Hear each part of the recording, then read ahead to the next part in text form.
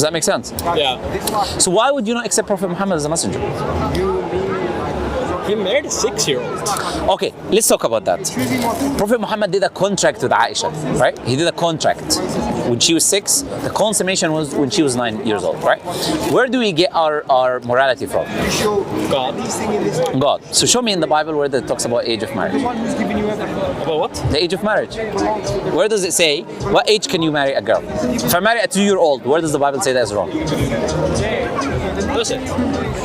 I'm asking you where. I haven't read the whole Bible. So if God doesn't say there is an age of marriage in the Bible, then what are you using to say this is wrong? What is your criteria you're using? Morality? Morality comes from God. God. Yeah, so where is the God's morality in the Bible that talks about the age of marriage? If God in the Bible doesn't talk about an age of marriage, then you can sleep with any girl, like 2 years old, you can sleep with her, 3 years old. According to the Bible, because there is no criteria. But you know, In Islam, we have a criteria, by the way. what is Criteria is not age, the criteria is harm. There's no harm physically or psychologically on the girl, then you can get married to that girl in an Islamic worldview. But also you need the acceptance from the father, multiple other things. Nobody ever criticized Prophet Muhammad for this because this was normal, and I'm going to prove it to you. You even would agree with me. I'll show you. You would agree with me that it's normal. But before we get to that, I'm showing you that you're not being consistent in your criteria because you're not bringing me any proof that this is wrong from your book, but you're claiming it's wrong and you're saying you're Christian. If you're an atheist, we can talk about atheism, right? But you're a Christian. Christian, if you say wrong, you need to bring evidence from your book. Now, you're welcome to, I'll give you a second, research. Where is the age of marriage in the Bible? Because I'm interested in this. Do it. You're saying this like it isn't there. Now you believe me, huh? Now you trust me now because you see I do my research. But go ahead. Maybe you'll find something though. But you will find something which I want to talk about. Search. Where is the age of marriage in the Bible? Puberty. Okay, puberty. Not 6-year-olds. Okay, do you know, now you don't know, you just trapped yourself, right? I'll tell you why. You use this verse from Paul about puberty, about the flower of her youth. This is what you saw, right? Just Google. Yeah, okay. So it's puberty. Do you know when girls reach puberty? Around 13. What's the earliest age a girl can reach puberty? I've heard down to 5. No, 5 is too young. 6?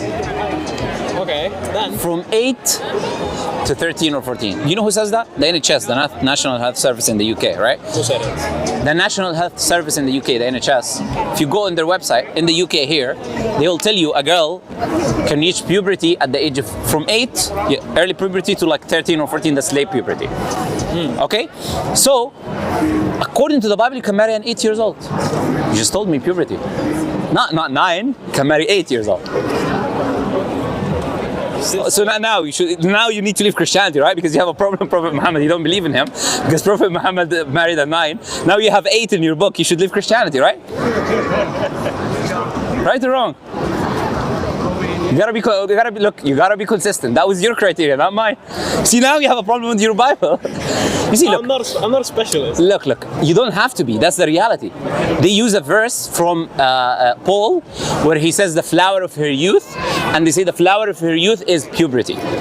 They also have references from Ezekiel. That's the only thing that the Bible talks about, which talks about physical maturity, like breast and stuff like that. Basically, you reach puberty.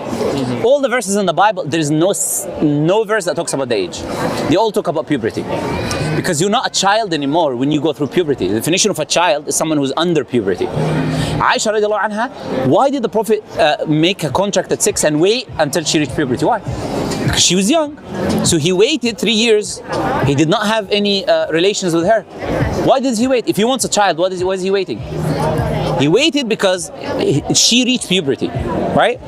Aisha herself told us that a girl in her community becomes a woman at the age of 9. Now let me surprise you. I didn't. That's not it. I know you're already shocked, but we're gonna add to it. Let me ask you this: what was the age of marriage 200 years, not 1,400 years ago? The Prophet, no, 200 years ago. I don't know that. Give a guess. In the UK and the US, what was the age of marriage? If you had to guess. The UK is crazy, so maybe. The US. It was 7 years old. 7? Not 9, it was 7. Do you know who says that?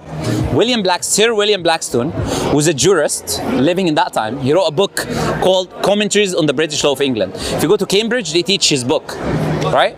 So if you go to his book, page 110, he says a woman can be given in marriage at the age of 7. Entitled to dowry, which is marital gift, at the age of 9. That was the law in the country. That was the people were doing. In America, it was 7 years old in Delaware. It was 10 years old in the other states. Okay, and these they were Christian countries, yeah. They were not like they were following the Bible a lot more than they doing today. They were ruling by Christian rule, but they knew, according to the Bible, it's puberty, and girls reach puberty at these ages, right? So it's okay for you to get married, so long as you're being good to the girl. It's marriage, it's not fornication. You're getting married, you're staying with that person, taking care of them. That was allowed. Okay, now. Is that it? No, let me add you more. I'm gonna even add you a bit more. Let me ask you this question. In America today, you know, what is the age of marriage in the States? I think 18.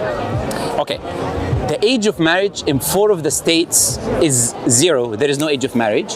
You can get married at any age with the judge consent. Today, we're not talking 1,400 years ago.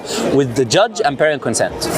Like in California and 4 other states, there is no minimum age of marriage. You're welcome to look. If you don't trust me, Google. America is crazy. I believe. Okay, look, it's not just America. Many other countries, with the judge and parental consent, they make exceptions. If the parents agree and the judge agrees and sees the case, she's ready, they agree. There is in the last like 20 years or like I don't know, there was like over 200,000 what they would call child marriages in the U.S. under basically age of 18. That's what they call a child, but that's not a child. There was boys married at age of 10 and girls as well in the U.S. in the last 15 years or 10 years. Yeah, in the last 10 or 15 years. Ignore 1,400 years ago. So you want to come and talk about Prophet Muhammad, you're going to have to condemn entire human history and your book first, which talks about 8 years old puberty. So now, I'll have to study. I know you came very confident, thinking that this is a very strong argument. It's not. No, it's not. But you were like, oh, he married this, and you were like, okay. Anyway, the thing is, people think it's a strong argument because of how society is today. It's not. If you study history, you would realize you're going against the entire human history, because everybody was marrying young. Elizabeth here, Queen Elizabeth and Richard II, she was 6 years old when she married him. Victoria was like 15 or something, I think, when she was ruling the country. Things were different. Like you can't rule. We're talking about 100, 200 years ago. You cannot use today's lens of the kids, because back in the day, what would happen is you would have the girl reach puberty, she's ready for marriage. There is no elementary school, secondary school, you know, as we have today. There is no school where people go. The girl is ready. She reached puberty, means she's ready to have kids. She's ready to get married, and she starts a family. We also had low life expectancy. There's a person who's called Imam Shafi'i. In Islamic history, like let's say around 200 years, 300 years after the Prophet. He says he saw a grandmother at the age of 21. That means she must have had married at the age of 9 or something, so she can have birth At 21. 21 years old. The societies are completely different. That's why you're not going to find, this is a challenge to anybody, 100 years ago or 150 years ago, you're not going to find a single person that criticized Prophet Muhammad for his marriage, because it was the norm. Nobody had an issue with it. Today, the society changed, and they started changing the numbers. From 16, from 14, you go to 16. 16, you go to 8. Every country keeps changing. Go just check in the last 10 years how countries change their ages. Who cares about what you change? The nature that God has created, and once the girl goes through puberty, she's able to have birth. If you don't do harm to her, then on what basis are you claiming you cannot have marriage? Now let me ask you this question. The last thing I'm gonna do on this one, yeah? I know I already answered it, but I'll add you one thing. Let's say you cannot have marriage until 18. When the teenagers, young boys and girls, have sexual desires, as you are very familiar and well know, what is the solution? What are they doing today, and what should they do? Your 12-year-old, 13-year-old girl comes and she says she has desires and she wants to be with a guy or something, or 14 years old. What are you gonna do? You're gonna say just wait? Of course she's not gonna listen to you. No. Okay, so what is the solution? Because the kid did not consent to it?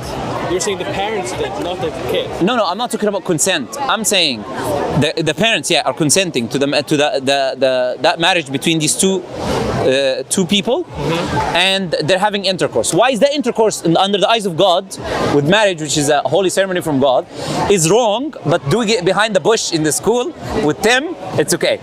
It's not okay. Oh, it's not okay. So what's the solution? Not marriage. What's the solution? I don't know. You don't have a solution.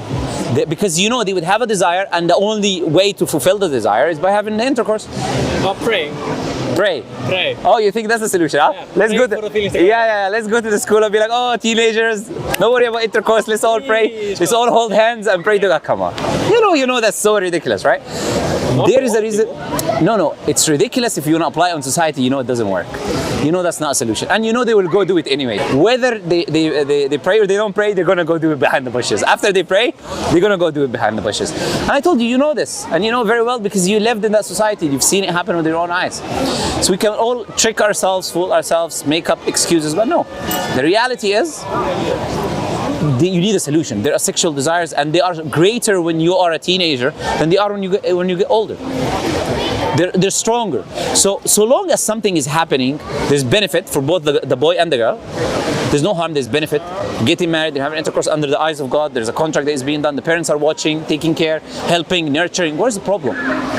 Someone needs to bring an argument for why this is wrong. Your feelings is not an argument, right? What's the argument of why this is wrong? Of course, the Bible is against you, but other than the Bible, Morality. where does morality come from? God. So 8 years old, according to you. Ignore 9 and 10 and 11. It's 8 years old. Now you gotta throw the Bible under the bus, huh? Next bus, and you're gonna put the Bible. I'm gonna study this. Yeah, you should. Do you have any other questions?